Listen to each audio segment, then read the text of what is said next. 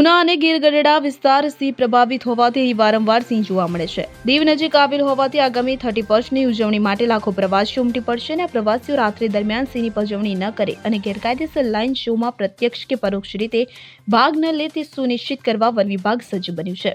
જસાધારના RFO LB ભરવાડે પ્રવાસીઓને appeal કરી છે કે તેઓ સિંહની પજવણી ન કરે. તેમણે જણાવ્યું કે ગેરકાયદે લાઇન શો કરનારાઓ સામે વન્ય પ્રાણી સંરક્ષણ અધિનિયમ 1972ની કલમ 9 હેઠળ ગંભીર ગુનો બને છે, જેમાં ગુનેગારને 7 વર્ષ સુધીની કેદની સજાની જોગવાઈ છે. અને હાલ ઉના ગીર ગઢડા પંથકના સિંહ પ્રભાવિત મોટાભાગના વિસ્તારોમાં જસાધાર વન વિભાગનો અંદાજે 50થી વધુનો સ્ટાફ સઘન પેટ્રોલિંગ કરી રહ્યો છે.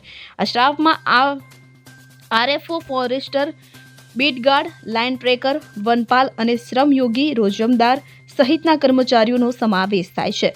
વન વિભાગે પ્રવાસીઓને 31ની ઉજવણી સિંહની સલામતીને ધ્યાનમાં રાખીને કરવા જણાવ્યું છે. સિંહને પરેશાન ન કરવા, તેમની પાછળ કાર કે અન્ય વાહનો ન દોડાવવા અને સિંહને ખોરાકની લાલચ આપીને રોકવાનો પ્રયાસ ન કરવા અપીલ કરવામાં આવી છે. હાલ વન વિભાગ આવા તત્વો પર બાજ નજર રાખી રહ્યું છે અને અલગ અલગ ટીમો વિવિધ વિસ્તારોમાં ફૂટ પેટ્રોલિંગ કરી રહી છે.